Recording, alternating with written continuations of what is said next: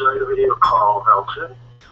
Awesome! Hang out. I'm impressed. Look at you. You found a workaround. I am very impressed. Yeah. Let's see. Okay, you're about to join a hangout on air. Well, we do a hangout every Tuesday night. Very good. I just rarely meet anybody who they're usually like, oh my God, I can't get in. It's taking me 40 minutes to get it. So I'm impressed. You worked it out. Okay. Can you hear me? I can. I'm All right, I'm gonna hang up the phone. Yeah, we'll hang up the phone. Okay. Yeah. Alrighty. It takes a lot to impress me. You did it. Well, I'm not as technologically challenged as some. Even though I'm not the best, I can do a workaround every now and then. That was impressive. It was a workaround and it was very quick. So. Yeah. Hey, we don't have time to play. That's right. Let's see here. All right, this is amazing that didn't take yesterday. Yeah, I don't know what it was, and I told someone before you, and it was just fine, and we tested it. So I apologize. I don't know what it is, but I told the guys, I said, I'm done with Skype. Skype has let me down too many times. I can't, nobody has time to do things 3 and 4 times because of tech. Mm-hmm. So right. And I'm not technologically challenged, so it's all good. So because of Hangout. Now here's the question I have for you. Mm-hmm. When I did this the other night, we had some areas of opportunity with the lighting. So you tell me how the lighting looks from your end. It looks really good this time. Do you still have the other light that we used, the extra light? Can we try It's that? on now. I just turned it on. Okay, so we're good because it looks better than before. It was really dark, so I like this. All right. I was in the studio this morning recording a DVD, so now I'm dressed from then versus the way I was dressed yesterday. Yeah, no, it looks great. I myself always try to go for upscale. Yeah. That way, unfortunately, the boss, they don't have no questions. Mm-hmm. Well, the last time I did one of these, I dressed in a suit, and it was a little different, different colored suit, but trying to be a little bit more relaxed. And I didn't have this funky headset on. That didn't, so. When you're going, I got my eyes here. Because it shows me, I'm gonna turn off my camera and audio. So I'll still be here. Right. No. Not a problem. Oops. Hold on. Oh, there we go. I'm going to see. Now, can you see the enhancements on the screen when I change it, or no? I don't see anything yet. What are you going to put on? I see that you're controlling that, but I like that. That looks good. Whatever you just did, go back. That warm? Good. It looks warm. That's too bright. Mm-hmm. Now that's focused just on my face. We don't want that. We don't want it like you're coming from another planet. Why? Men are from Mars. There was one that was nice and warm. It just had a light to it that was really that right there was not hard white. Your skin looks great. Okay. Look like I got some sun, huh? Yeah, we look like we're in your home and all of that. I like that enhancement. Okay. Okay. All right. Let's see. And we've got 30 minutes, right? Yes. Don't worry about being too exact, and if you go over a little bit, that's fine. Don't worry. Yeah, but I like to set my timer because it allows me to give myself a pace, so that if I find myself in a specific area, since there are 4 quadrants, I can kind of either cut it a little bit or stretch it a little bit or massage it depending on what I need to do. Very good. All righty. So as soon as this iPhone decides it wants to cooperate, oh man, oh Lord, always something.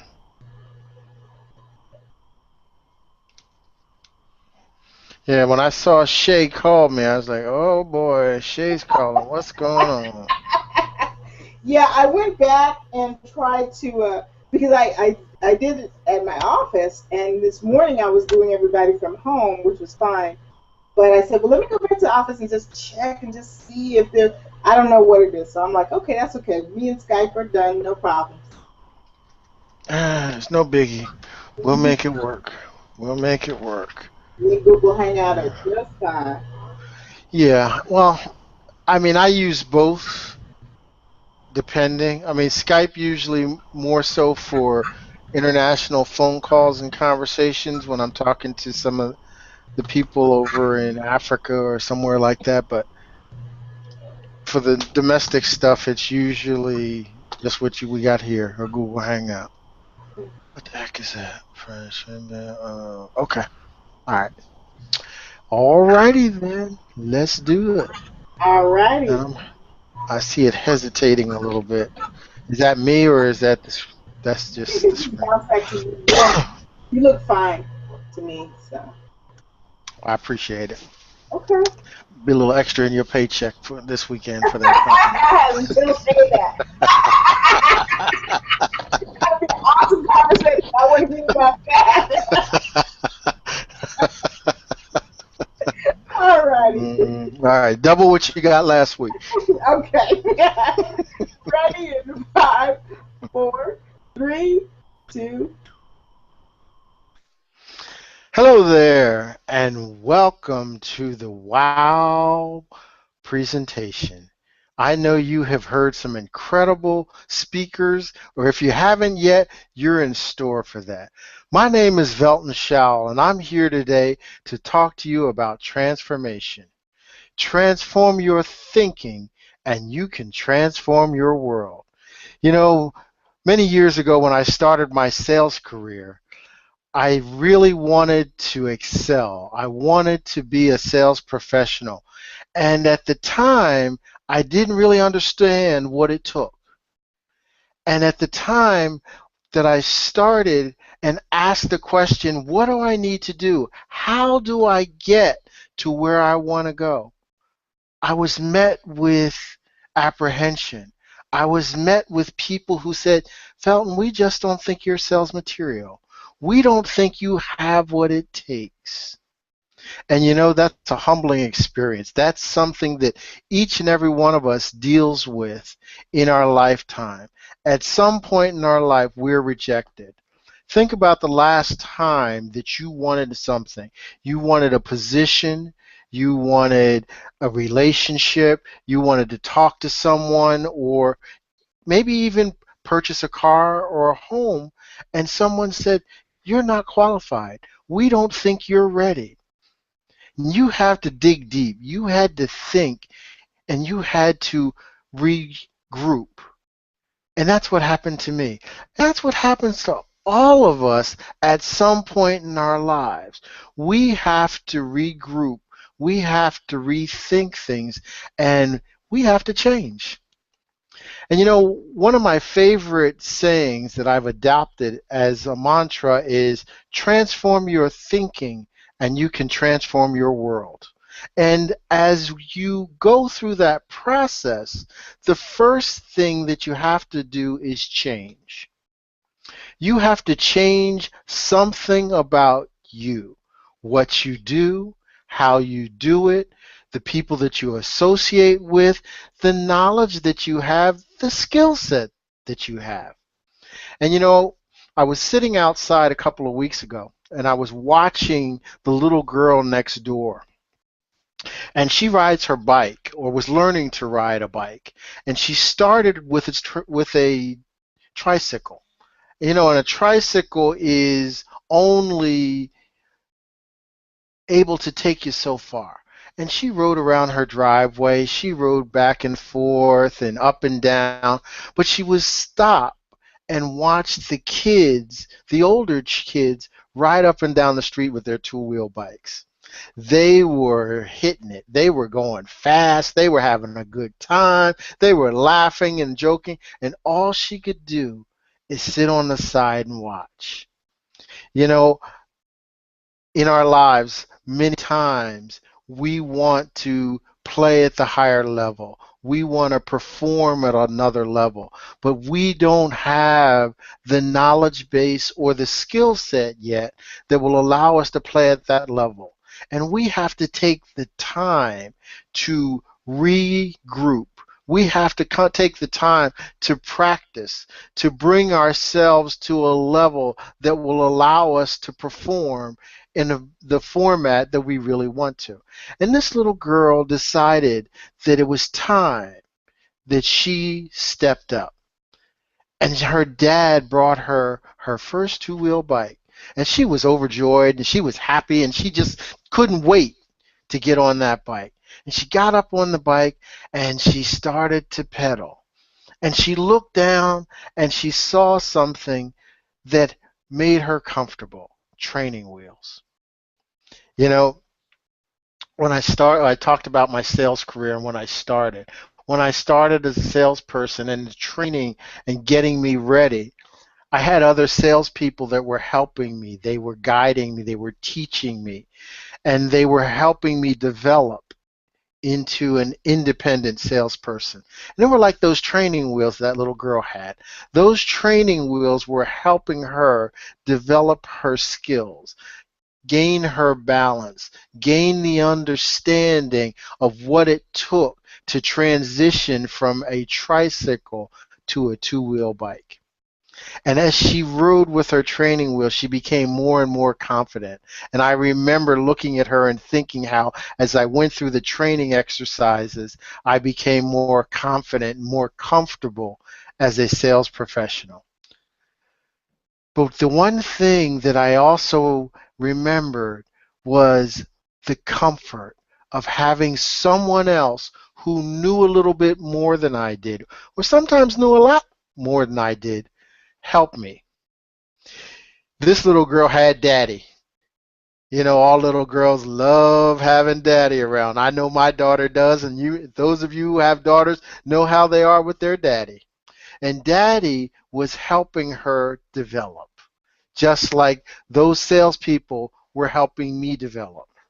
And daddy would guide her and talk to her and teach her.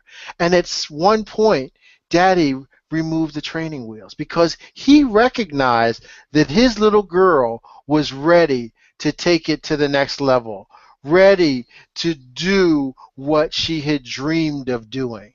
So daddy removed the training wheels and he continued to teach, to guide, and to help her develop.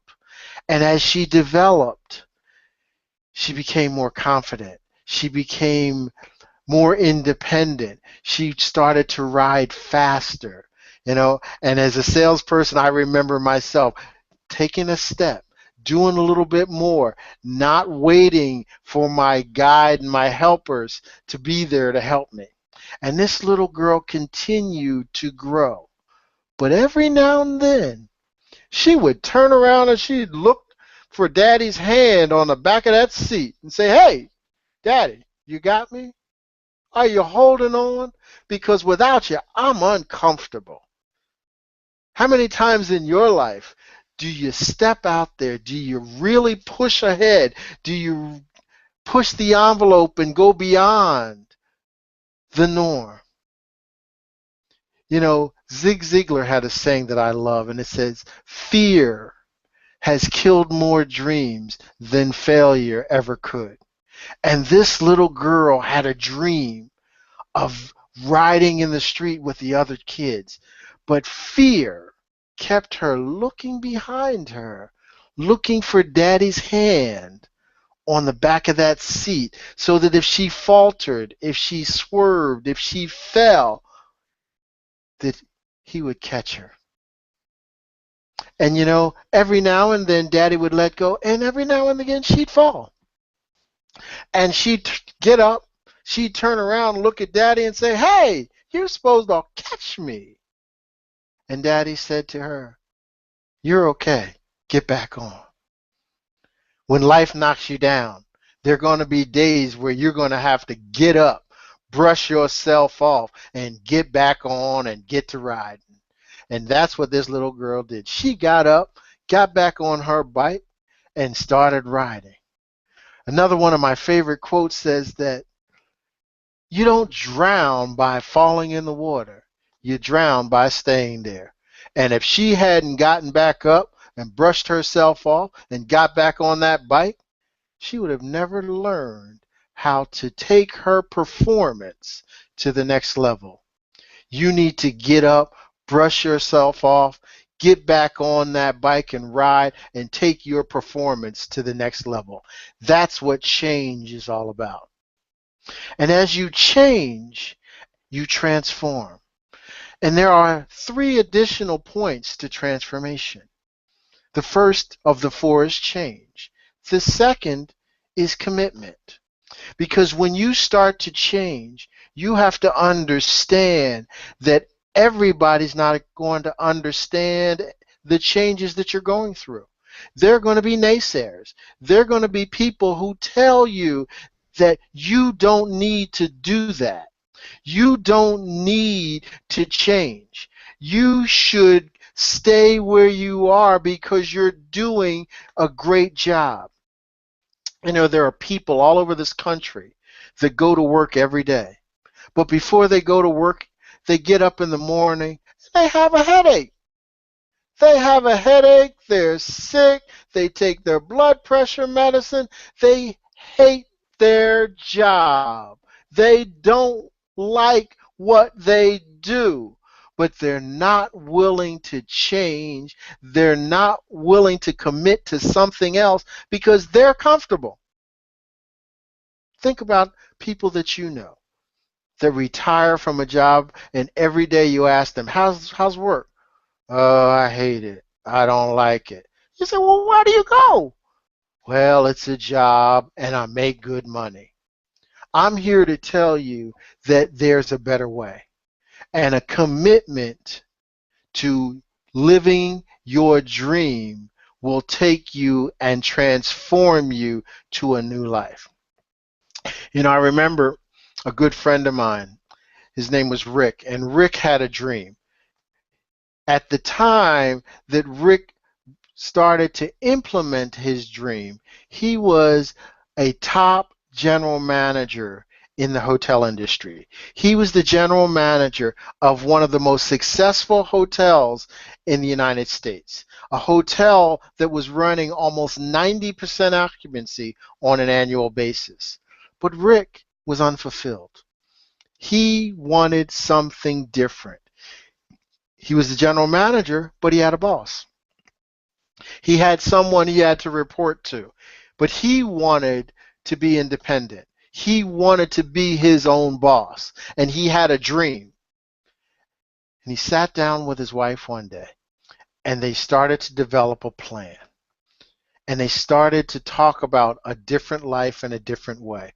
And many of his friends said, "You're crazy. I can't believe that you would even think about leaving your current situation." I know in my life, I've had to make commitment changes. I've had to do things that even my family came to me and said, "You must be nuts. I can't believe you're doing that." And that's what was happening with Rick. That's what happens with you. You know it. I know it. Everybody knows it. Somebody in your life is going to tell you that it's not meant for you. And guess what? They can't see your dreams because it's not theirs. They were not given that dream to birth that dream. It was yours. It was bestowed upon you. And the story about Rick goes like this. Rick decided to quit his job as the general manager of a major hotel. Six-figure salary. That's why people thought he was crazy. He was making six figures, and we're talking probably 25, almost 30 years ago. Unheard of money, but it wasn't fulfilling. He quit his job, and he started a small clothing store. And he started this small clothing store in Baltimore, Maryland. You know, Tony Gaskins has a quote that says, if you don't take the time to build your dream, someone else will hire you to build theirs. And that's the situation that Rick was in. Someone had hired him to build their dream, but he wanted to birth his own dream. So he set off to start this store in the inner harbor of Baltimore, Maryland. Anybody who knows anything about the inner harbor of Baltimore, Maryland, back in the 80s and 90s, tourism in that destination was second to Disney World in the country. So he had a built-in market, but it was an area that was full of other boutique stores. So his specialty was women's clothing that was all white. All white women's clothing in Baltimore, Maryland, where 7 months of the year it's cold. Now you know why people said he was crazy. But this man was driven. He was focused. He knew what he wanted to do. And he set out and he started this store. And the store, when I tell you the name of the store, you'll understand the commitment that this man went through. The store was called the White House. Yes, now known as White House Black Market across the country.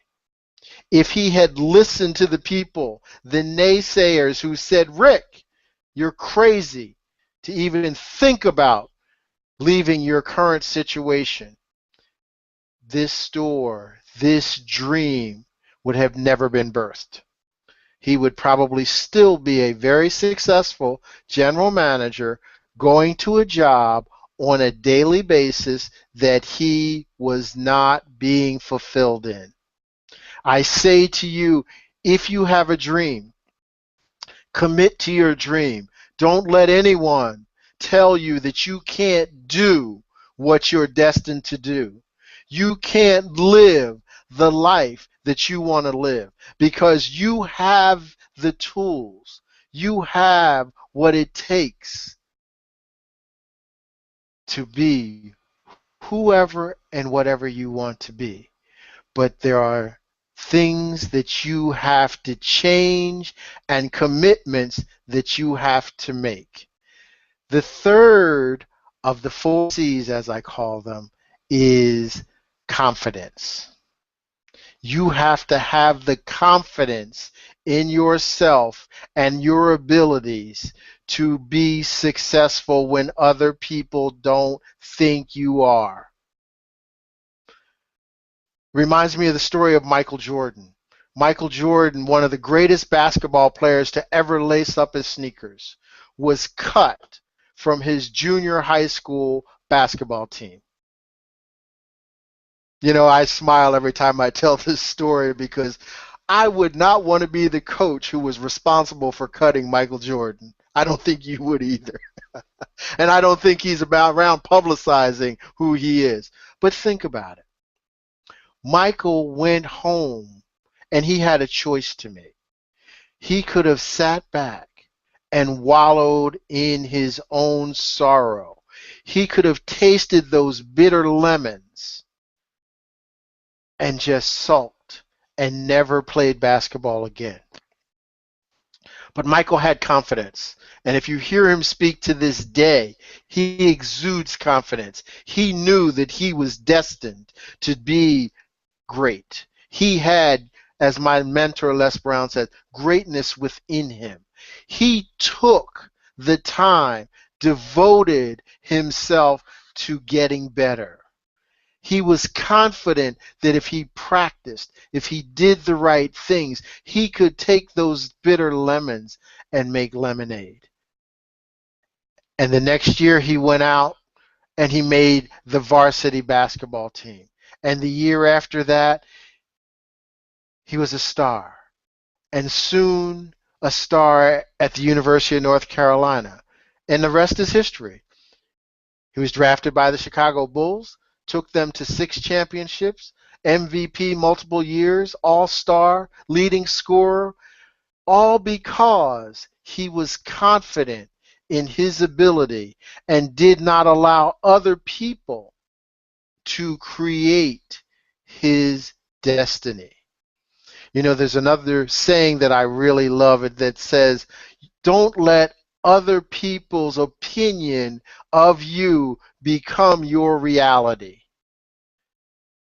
You have the ability to unlock the door to your dreams.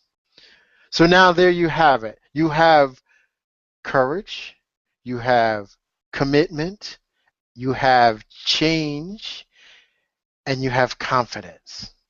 I've spoken about confidence, I've spoken about change, and I've spoken about commitment. But you know deep down inside, the one thing that all of us have to have is courage. You have to be courageous. You have to be willing to do things that other people won't, to one day have the things that other people can't. Are you courageous? Are you willing to step out and do something different? I'll tell you, courage is something that is inside of you. It's inside of your heart. I sat in a workshop and seminar maybe a year ago, and I heard a story by a young lady named Liliana. And she has to be one of the most courageous people I've ever met. Liliana was a top performing salesperson in the pharmaceutical industry. She was every year in the President's Club. She was outperforming 80% of the other salespeople in her company. She was doing incredible things. She was invited to every major awards banquet, trip, workshop, you name it, she was there. And on this one occasion, she was invited to an affair in Atlanta, Georgia, and she drove from where she lived to Atlanta.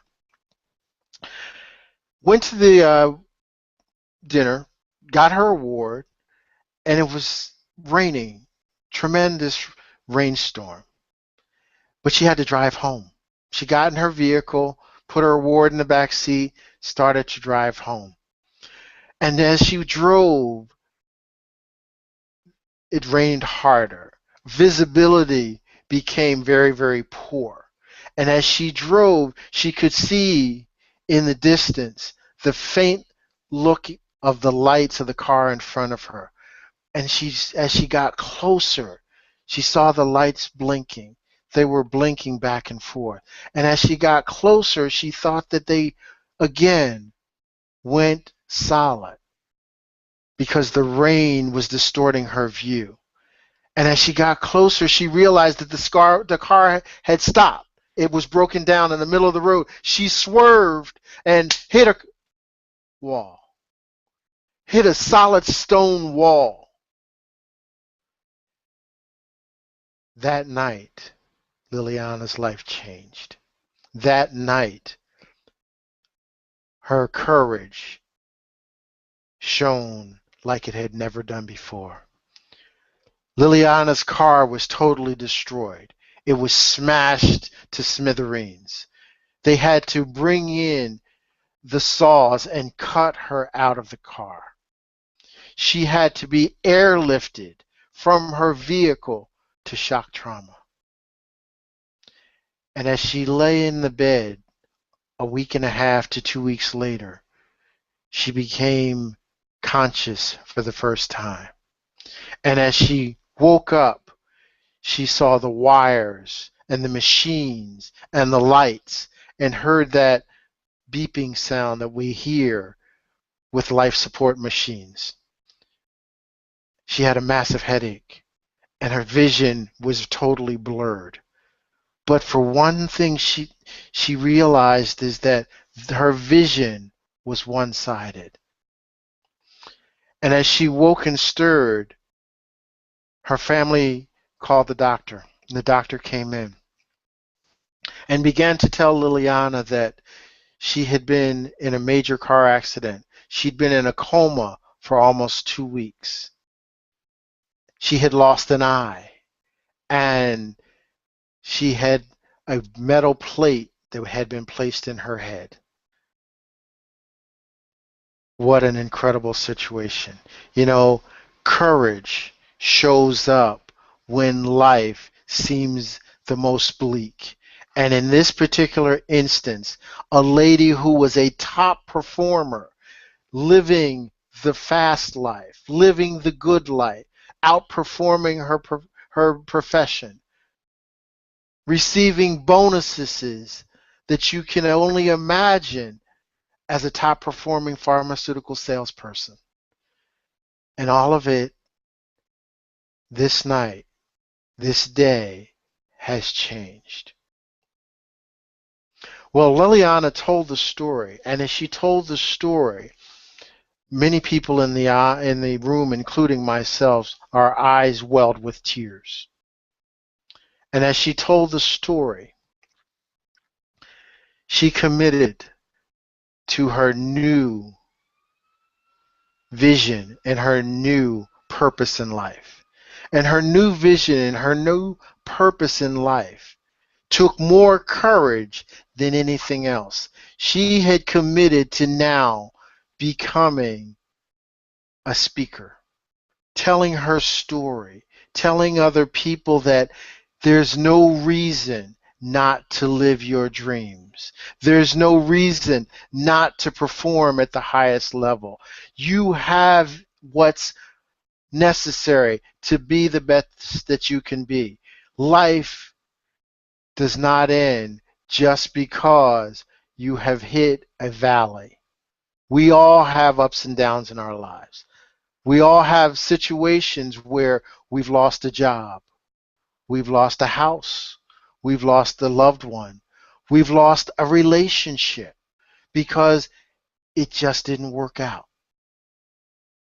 I know that many of us have been in situations, especially in the last few years with the economy going up and down, where we have lost our way. Some of us lost our jobs. Some of us lost our savings. Some of us lost everything that we had. And we look at things and say, how? Why me? Well, I'm here to tell you, when I heard Liliana's story, I thought about myself, and I thought about the times that I sat back and just wondered, why me? Why me? Why has this happened to me?